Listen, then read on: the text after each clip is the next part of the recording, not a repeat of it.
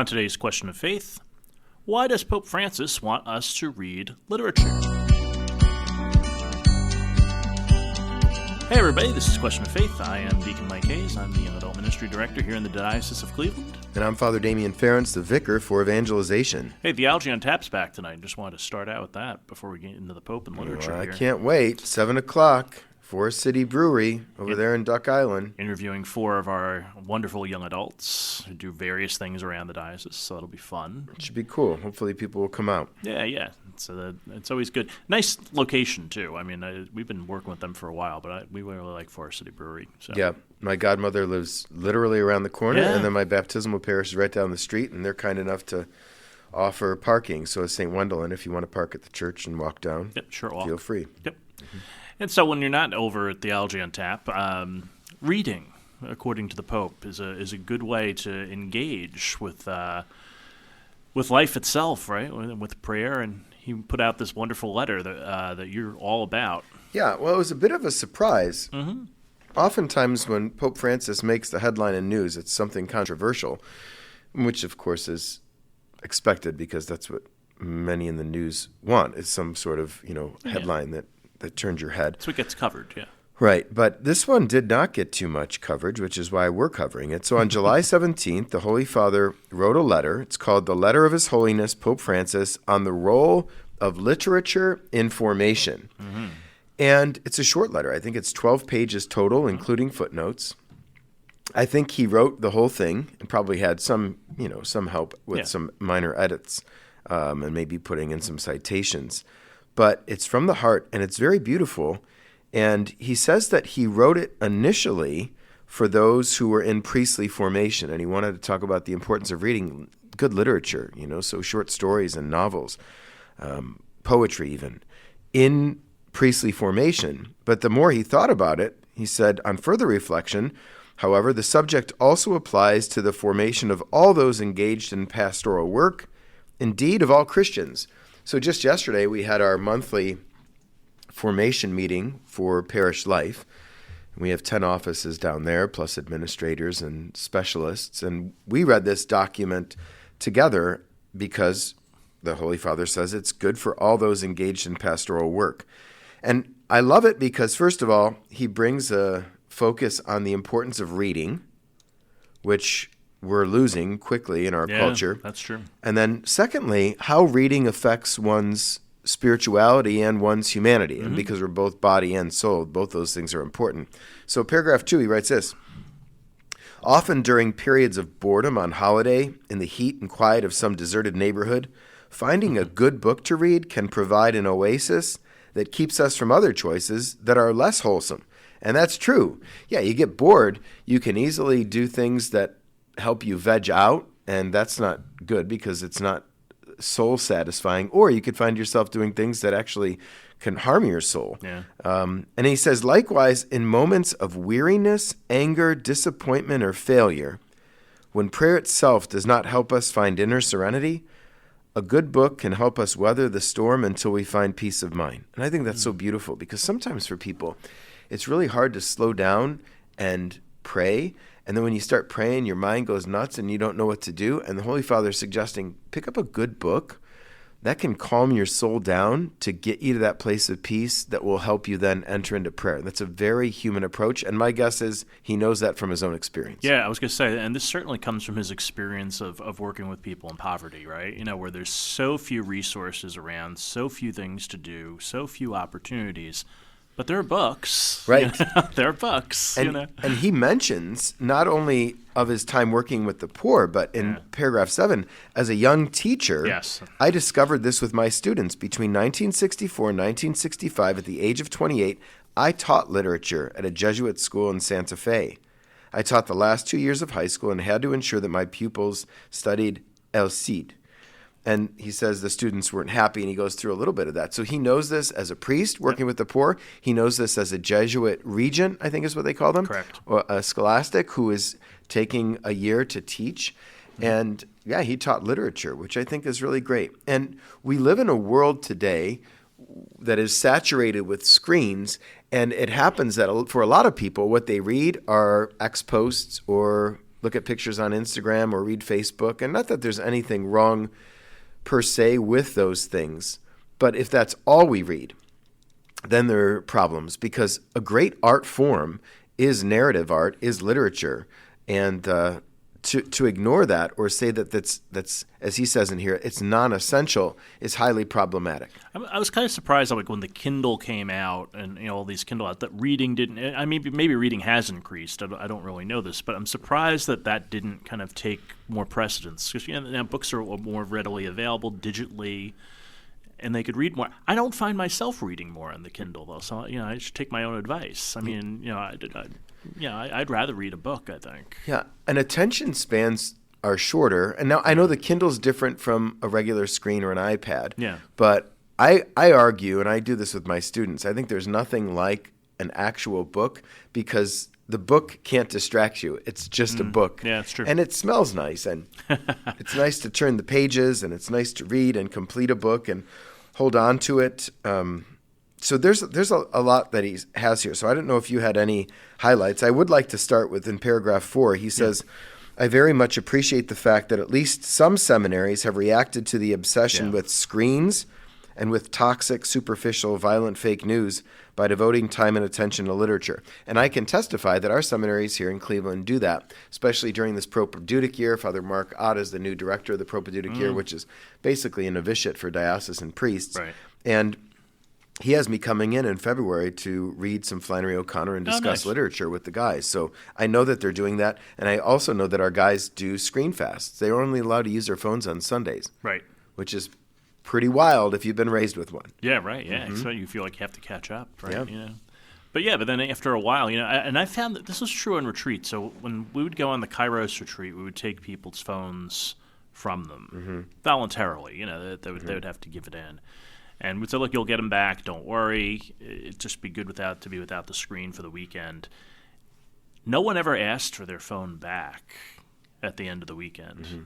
They were just perfectly capable of existing without it for a long time. And then all of a sudden we would say, oh yeah, by the way, your phones are over here if you want them. They're like, oh yeah, oh right, my phone. Know. And so that kind of thing I think is really good, just to kind of take a break and leave them aside. And I try to do a couple of hours every day without it now, and just leave it aside, and it'll be there when I get back. It's fine, you know. When I read, and I really do enjoy reading, and I mentioned this with the staff yesterday, that it's one of the few things that actually really genuinely calms me down and rests my heart. And I love to read. I have my little reading chair, which sometimes I use as my prayer chair in my room too. I prefer to pray in the chapel in the morning, but it's not always possible across the street.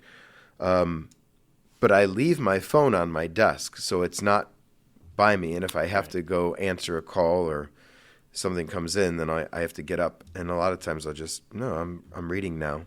And I enjoy it very much. So I read fiction. Right now I'm reading Anna Karenina by Tolstoy. Yeah, a friend had recommended it, and so I'm in a little book club on that, and that's enjoyable. Just got through part 3. It's 800 pages long, so I'm about 360 in. The nice thing about having a PhD in philosophy is I've read so much philosophy that novels I could read pretty quickly. Wow, that's good. Yeah, see, that's my problem. My problem is I read very slowly. And you probably read carefully, though. I do. You're right. That's the thing is, and I want to make sure I understand what I'm reading. So it's, the comprehension part is key for me. And so, right now I'm mostly reading, theology stuff because I'm in the DMin program. Yeah. So I'm reading N.T. Wright's book on Paul, which he writes like a novel, which was nice. But you don't get it the first time. Sometimes he's pretty deep, so I have to read it over a few times. But in general, for me, because I read slow, I try to read shorter stuff sometimes because then I feel like I've accomplished something. Yeah. I think the last book I read just for enjoyment was a book about the 9/11 firefighters. I'm trying to remember the name of it, but it was a David Halberstam book who I enjoy. But that was a short book. It was only about maybe 180 pages or something like that. And I read that very quickly, which was good. For me, too, the other thing that I noticed, so I was an English major as an undergrad, so I'd read 10 novels a semester easy. Yeah. And but one of the things that, and I noticed even then that while I enjoyed reading the novels, it was hard for me to get the novels read in the amount of time we had during the semester. Right. And so I said, man, I wish we had a whole year to do this, then I could really do this well. So I did a little trick. I took a class on plays, because plays are shorter. I took a class in short stories, because short stories are shorter. Right. And I kind of grew for a love of plays in particular. So we talk about that, and some of the things that we've liked to read over the time. But you had something else, I think. Well, first I wanted to say, Yeah. Ana Karenina, which is 800 pages long, can be daunting. But one of the things that was so refreshing, it's short chapters and a lot of action, and way more enjoyable than I thought. I read Lolita by Nabokov. I've read portions of Dostoevsky, but I really haven't gotten into the Russian writers until now. And, why not now? Yeah. One of the things the Holy Father says here is paragraph 6. Literature thus has to do, in one way or another, with our deepest desires in this life. True. For on a profound level, literature engages our concrete existence with its innate tensions, desires, and meaningful experiences. And I wrote there, true, amen, because what you ought to encounter in literature is you can never experience everything as a human being. So what you get is slices of other people's life. And he says a little later on how you're able to know what people are experiencing when they're struggling with this particular issue or that. Like, for instance, in Ana Karenina right now, Ana Karenina struggles with fidelity in her marriage. So I'm not married. I'm not a woman. How do I understand that from the inside? By reading this novel. Yeah. And that's not the only struggle or conflict within the novel, but that's one certainly that I'm learning a perspective that I did not have before. The other guy is Lenin, who's kind of trying to figure out how best to run a political agricultural community, and somewhere between socialism and the feudal system, and trying to find a Christian way in there. And that's fascinating to me too, especially since this is happening late 19th century. So interesting stuff. Yeah. There's another line in here too. He says, in weeping for the fate of their characters, if you're crying with the characters in the book, we are essentially weeping for ourselves, for our own emptiness, shortcomings, and loneliness. Yeah, it's true. I mean, good art resonates with your experience of humanity and allows you a better understanding of what the human condition is. And then a little later on, why is that so important? Because he has this section called Never a Disembodied Christ.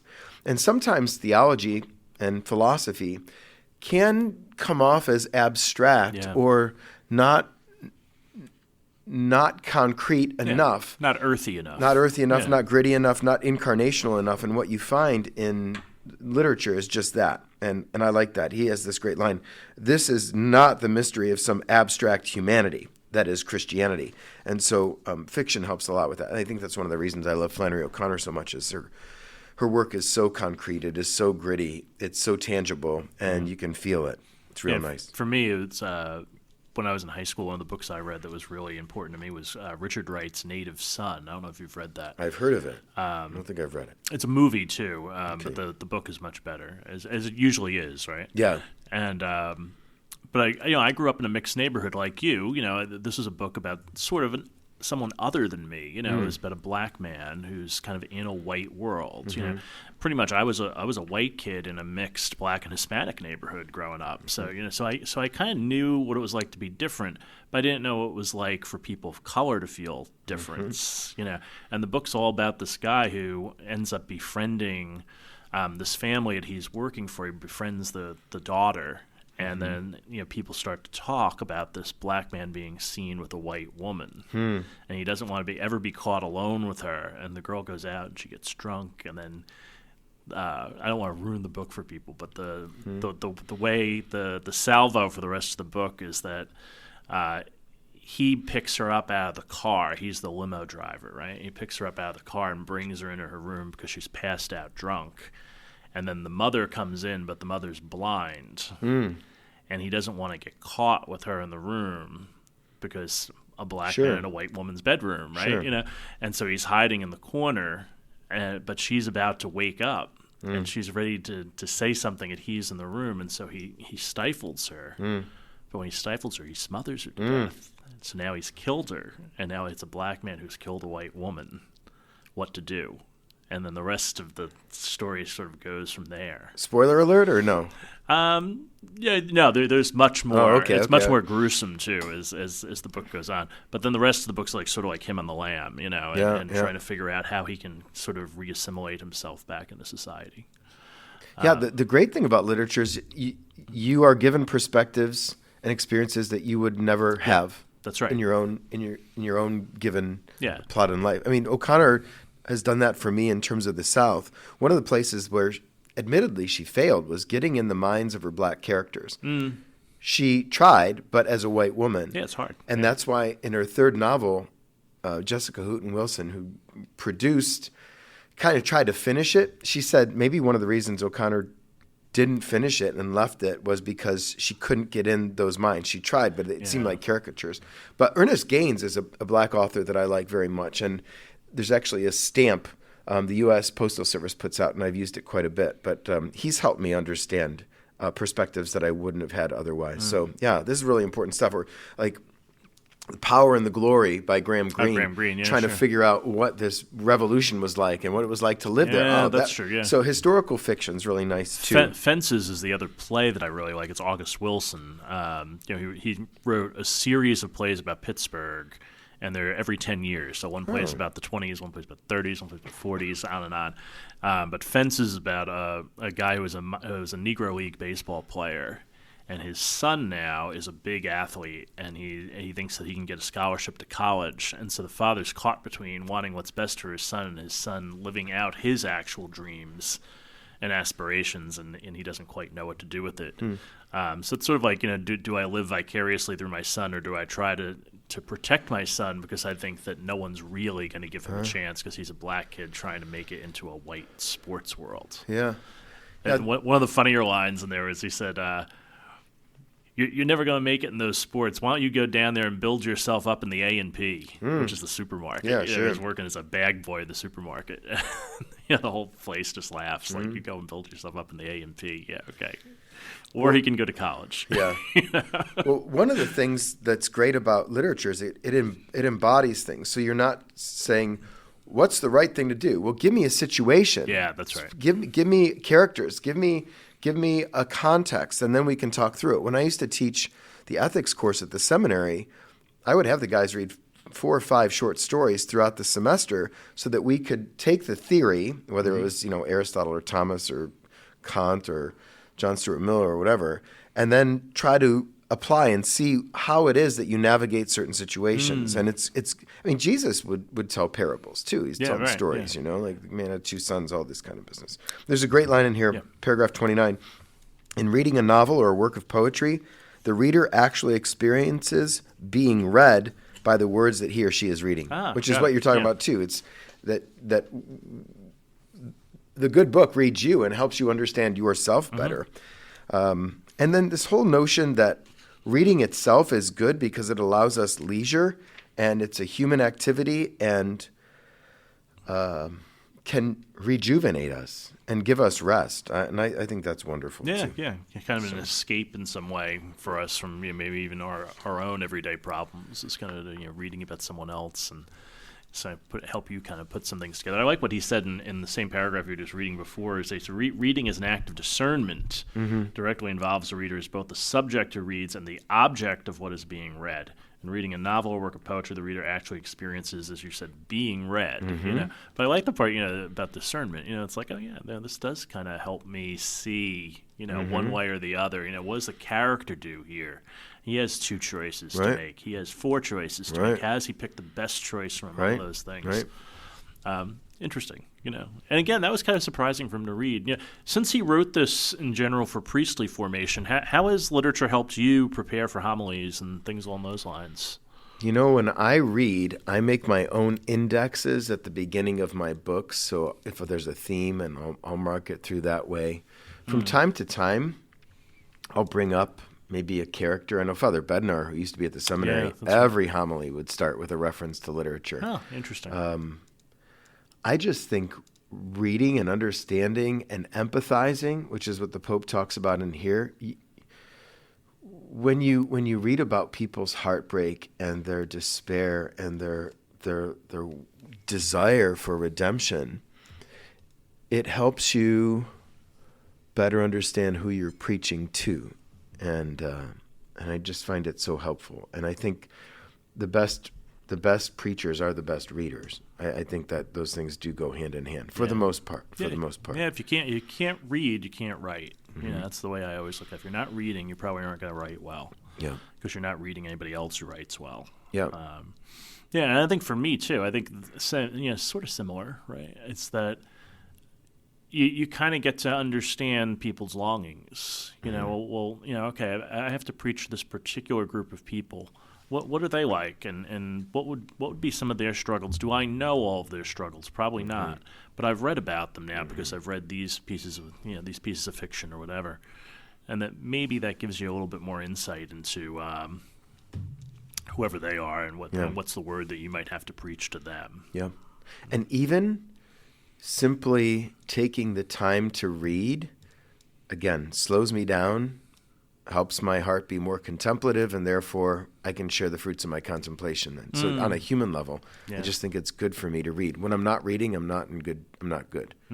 Yeah. Prayer, exercise, reading, friendship, like those are my big four. So. And a lot of times I think this past weekend's a good example. So I was in New York. I preached at St. Paul the Apostle. It was my home New York parish, if you would. And I was struggling. To come up with something. And at some point I said, you know what, I just have to put this away and go and read something else now. And I sat down and I just read a couple of things that really speak to me in general. And then I was able to go back and finish what I had to write for the homily. And it came out well. So.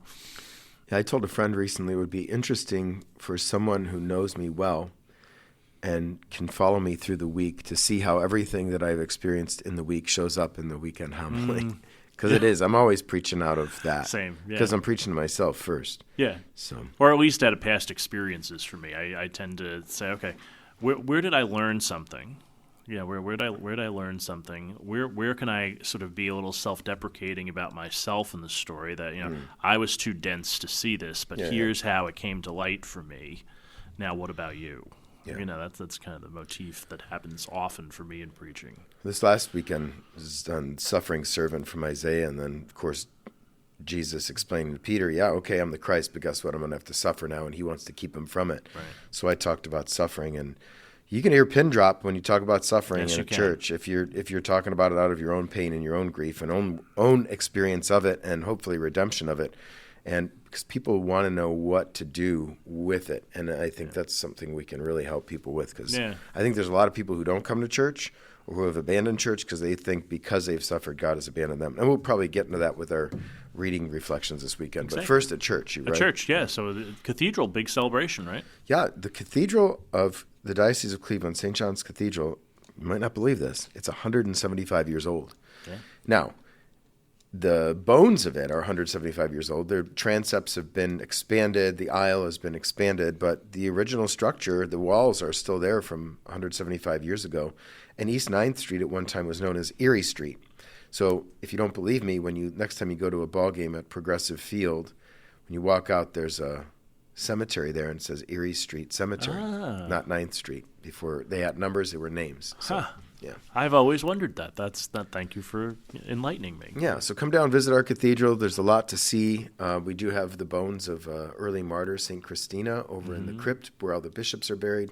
That's something to check out. Also, if you say, man, I haven't been to confession in a while, I should go. Yeah, good place to go. Every day from 6:30 to, I think it's 7:15, and then every day from 11:30 to 12:30. Monday through Friday, and then on Saturday there's confessions times too. So if you're looking and you say, man, my parish doesn't offer confessions often, come to the cathedral. Yep, that's where I go. I pick a day. It's not where I go. I go to my spiritual director every month, and sometimes more often than that if I need it. Got it, yeah. And I try to go every 14 days. Speaking of Pope Francis, so Pope Francis inspired me to go every 14 days. That's how often he goes. That was the same with John Paul. I wonder if Benedict did that. I wonder if that's a Pope thing. Maybe, yeah, it could be. Keeps you out of trouble. It does, yeah. It keeps you right on the straight and narrow, right? Yeah. Well, speaking of things that keep you on the straight and narrow, here's some readings for the week. And the Gospel of Mark on this 25th Sunday in Ordinary Time. They came to Capernaum, and once inside the house, he began to ask them, "What were you arguing about on the way?" But they remained silent. they had been discussing among themselves on the way who was the greatest. Then he sat down, called the 12, and said to them, "If anyone wishes to be first, he shall be the last of all, and the servant of all." Taking a child, he placed it in their midst, and putting his arms around it, he said to them, "Whoever receives one child such as this in my name receives me, and whoever receives me receives not me, but the one who sent me." In movies, oftentimes you see a guy drive up, and there's just a random parking space right there. There's pull in. My Jerry Seinfeld used to say, "I got my Jack Lemmon parking space." In Jack Lemmon movies, there was always a parking space. A child just randomly appears in the gospel. Isn't that convenient for Jesus? But yeah, I do like this gospel this weekend, and whoever is the greatest needs to be the servant of all. And it's probably not always a lot of fun being the servant. No, it's also funny that before that section, Jesus says, "The Son of Man is to be handed over to men. They will kill him. 3 days after his death, the Son of Man will rise." So they didn't understand it. So then, and they're afraid to ask him questions. So then they start arguing who's going to be the best in the kingdom. Why not ask him to explain that a little bit more? Like, wait, the Son of Man's going to have to die? So does that mean if we're going to follow him, we have to die too? Rather, they're like, oh, who can be the best?